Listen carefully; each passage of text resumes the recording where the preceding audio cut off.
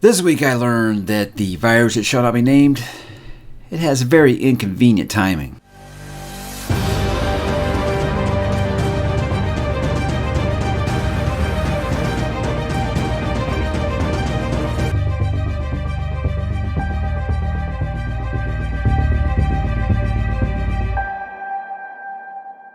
Hey, what's up, bookworms? It is going to be a very, very informal weekly update this week, as if you didn't read the title there, yes, the virus that shall not be named has found its way into my household, and I was a victim of it.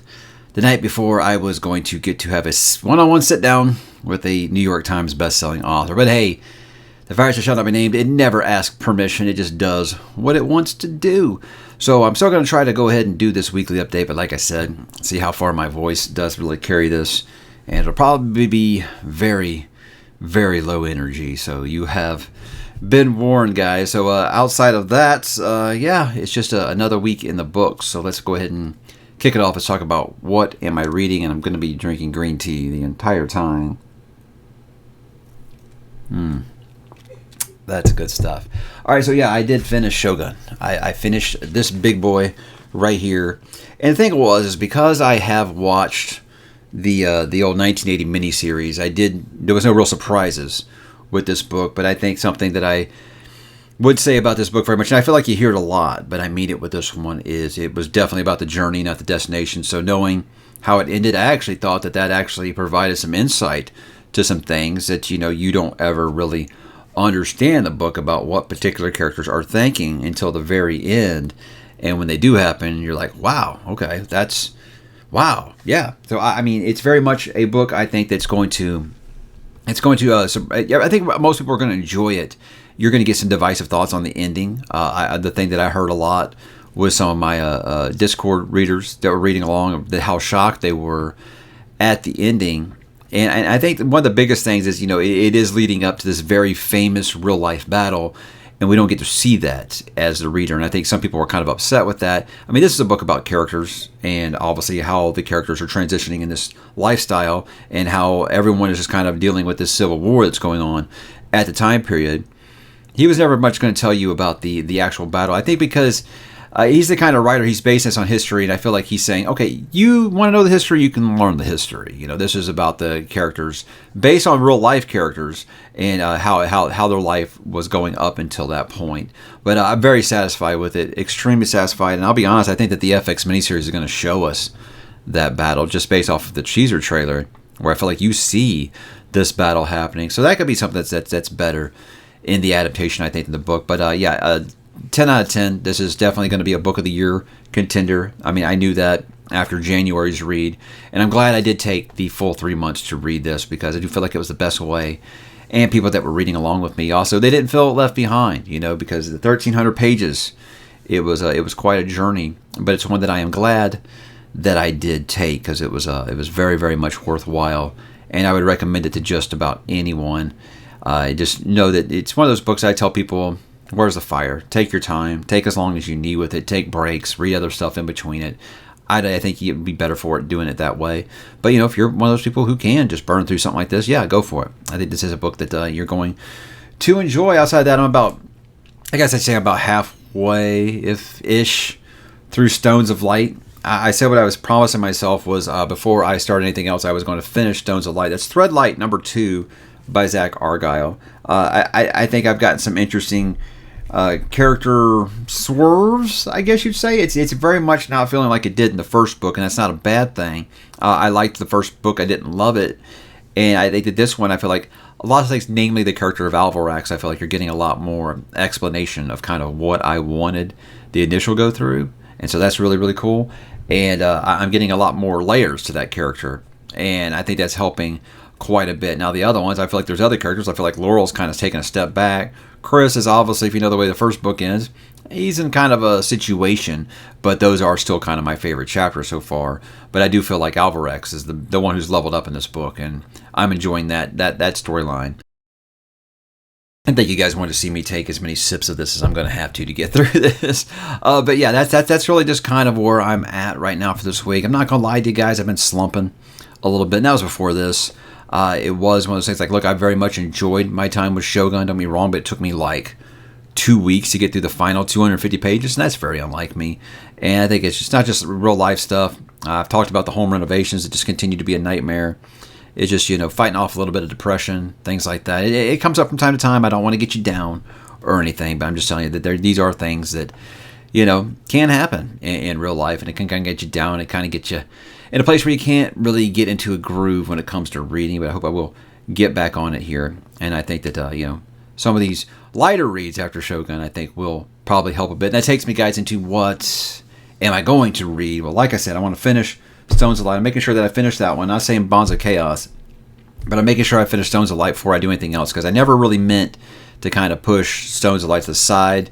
I just didn't expect Blackwater and Shogun to kind of take over my life. Followed on a little bit of a reading slump there. But after that, it'll just be on to Priest of Lies, which I'm very, very excited to read, because Priest of Bones was my book of the month for February, and I was very, very happy with that choice. Can we get a back-to-back winner? It's always possible, because Shogun will not be eligible, So it's one of those things where I said I want to give Shogun book of the month in January. That way it would just be taken care of. And I gave Priest of Bones my book of the month for February, because it was very, very good.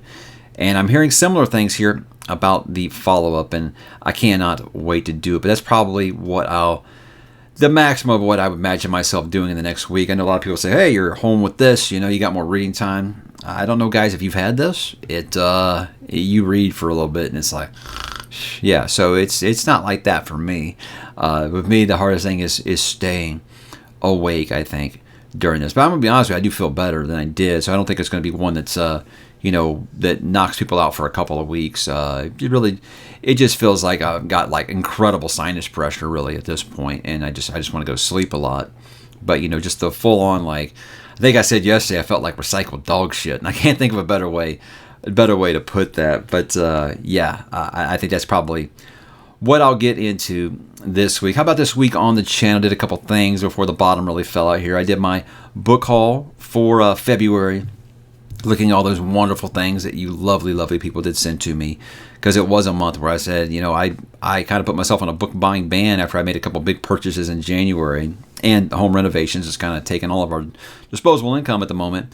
But you guys were just so amazing. You sent me stuff, and I wanted to kind of show that and say thank you to all the wonderful things that I did receive in February. It's always a lot of fun for me. And then I did get to do my Empire of the Damned review. Now the thing was, this was supposed to be the first part of a multi-part video. So I was going to do my Empire of the Damned review. That's book 2 in Jay Kristoff's Vampire series. And, then I was going to be going to Dallas for Jay Kristoff's book signing. And we did have planned to just, get some drinks, turn the camera on, and see what happened in a kind of a one-on-one interview. And then we were just going to kind of hang out at the book signing. He wanted me to help, shoot some stuff at the book signing for him and all that. And then this happened, and it just kind of ruined everything. So inconvenient timing. If it was just like I just had like a cough or something, I would have toughed it out. But obviously this, you don't want to be irresponsible and be around other people. So I messaged Jay and told him I really couldn't make it. And he was but it's a bummer. He understood, obviously, and he thinks this is the adult decision to do something like that. But it is a bummer, because we've been talking about it for months, getting this together, and for it to happen literally the eve of that trip is just a bummer. It really, really is. But if you've seen how popular his book signings have been, I'm pretty sure he'll be back through the People's Republic of Texas again. And he and I will be able to hook up maybe for book number 3 in the series. We might actually talk on the channel after the book tour is over, just because we want to. We want to chat, and it should be kind of fun. I did want to kind of point out that Empire of the Damned video is one thing I've said on the channel here, guys, was that I would never take a sponsor on this channel unless I felt like it was something that was applicable to my viewers. And I said there was like 3 things that I would take. I would take Spotify, because I feel like most people here use Spotify. And I feel like that's something that can be, relative to the channel, because they do audiobooks and things like that on there as well. A major coffee brand, because obviously, I drink a lot of coffee here, and I feel like most of you guys too. And the third one was Audible, because I know most of you do listen to your stories. And when Audible actually reached out to me to ask if I would be interested in a sponsorship, I said, yeah, I think so. I think that could be something that can relate to my readers. So I did that in that one, in the Empire of the Damned review, did my quick little 1-minute Audible stump there. And it's one of those things where people, well, you don't even listen to audiobooks, but I know that a lot of you guys do. So I want to make sure I was able to get that out there as an offer for you. But really, it's like, when it comes to like sponsors, I would never let that like take over my channel or anything like that. But on a one-off video, absolutely, I was happy to do it. Most of you know I have ambition to work for Audible one day, but my voice doesn't sound like it does right now. So I feel like that's a really great way to get my foot in the door, as well as having a partnership with them. So it was kind of a business decision on my end, no doubt. And the fact that I could find a way to get you guys a free audiobook, I thought that was pretty cool. And I think most people have been pretty congratulatory about it. You know, I've held off this long, but I did stick to my principles and said I was never, ever going to have something on this channel that I was talking about if it wasn't something that was, you know, applicable for you guys. And I felt like Audible very much is.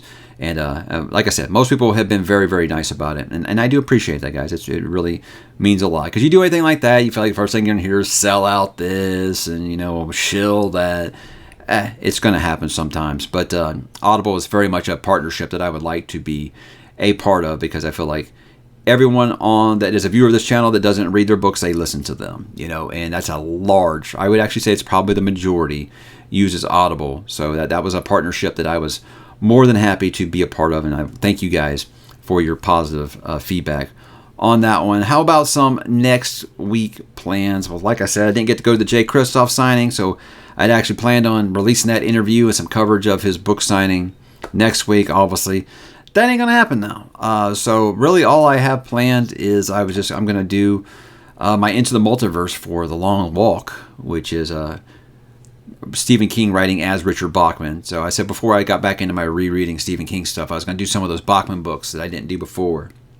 And this one will be The Long Walk, which is a Stephen King book I adore. I love this story, and the fact that he wrote it when he was a teenager, you know, and released it later, just shows that this guy, he found his calling at an early age, and you can see in The Long Walk, because I feel like when I read The Long Walk, I was like, man, so many things have borrowed, not just The Hunger Games, there's other things that have borrowed from this idea so many times, and I definitely want to give it its flowers, because it's just an amazing story, and it's one of those, like, look, favorite author of all time, so if I'm saying it's a top 10 Stephen King book for me, I feel like that should hold some weight, and it is without a doubt one of the finest. And it's amazing that you could think of a book where it's just people walking at a steady pace for long periods of time can be such an amazing character book. But yeah, he had that knack for getting you connected with these characters in such a short time, even as a young man. So it's a book I feel like everyone should read, if you like Stephen King or not, just because you can see some of the influences that it had on the rest of that kind of genre.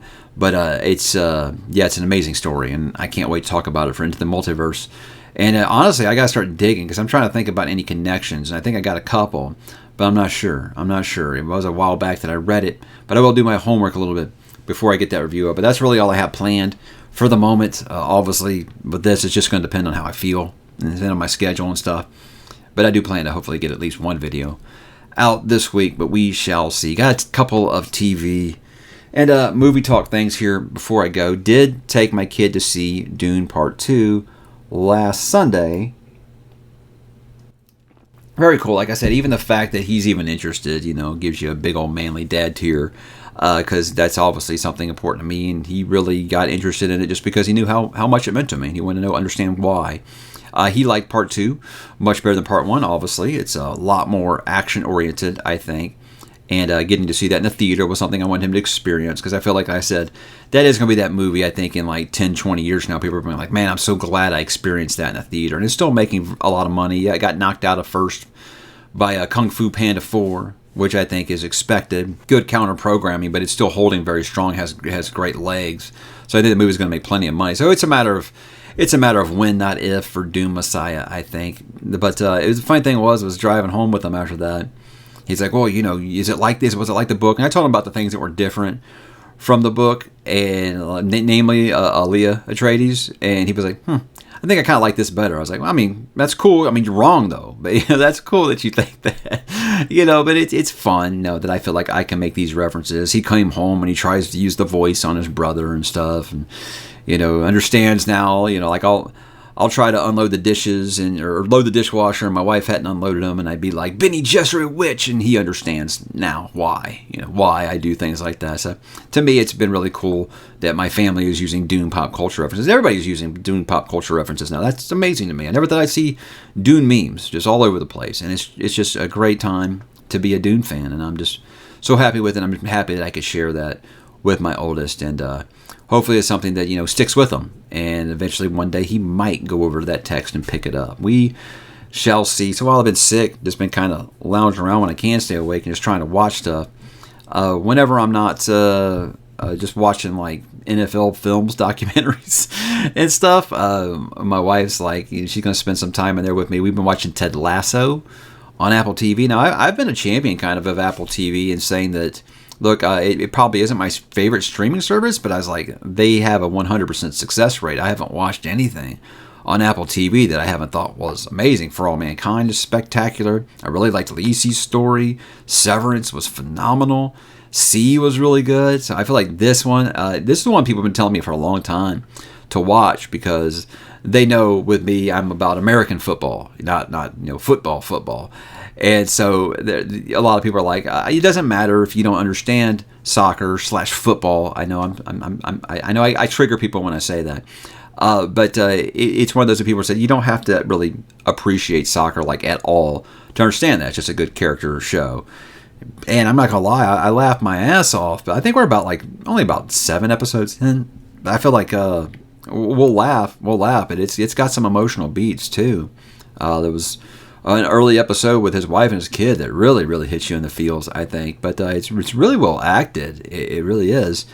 And it is just kind of, it has its funny bits, but I wouldn't call it like a sitcom. It is very much like a drama with really, really funny moments in it, at least so far. But for me, it's easy to see why the show has earned so many accolades and adoration from viewers, because it is very, very fun. And I feel like Ted is kind of what I wish I could be, in that I feel like I'm as positive about my outlook at life as Ted, but I can't be that outwardly as positive as he is. So I feel like Ted and Coach Beard, does he have a name, or do they really just call him Coach Beard? I feel like those two are like a kind of a two parts of like my personality. I feel like that's my personality on screen in two different people.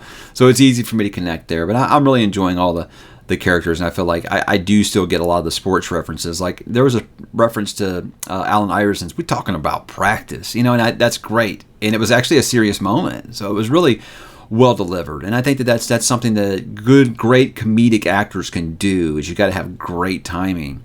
And when you have great timing like that, you can make those powerful moments hit a little better. And I think that it's really doing that in that show. So I'm really enjoying my time with it. I really am. It's great. So I'll probably keep watching that when we aren't watching Sopranos. I feel like that'll be our... And do you want something a little lighter, or do you want something really, really heavy themes? And I feel like that could be kind of our way to go forward from here. But guys, that's my week right now. It's on kind of a sour note, obviously. But I thank you guys for being patient, waiting for me to get this out. Or if you've watched this far and you're still listening to me sounding, like a bullfrog. I know I sound like I just smoked 18 packs of cigarettes before I got 10 packs of cigarettes a day. Anybody know that reference? Probably not. I sound really, really old now. But hey, why hide it? We are who we are at this point. So guys, that was my week. I'd love to know what's going on in your world. What are you watching? What are you reading? What are you listening to? What are you playing? I want you to drop in the comments and let me know, guys, and I will talk to you there.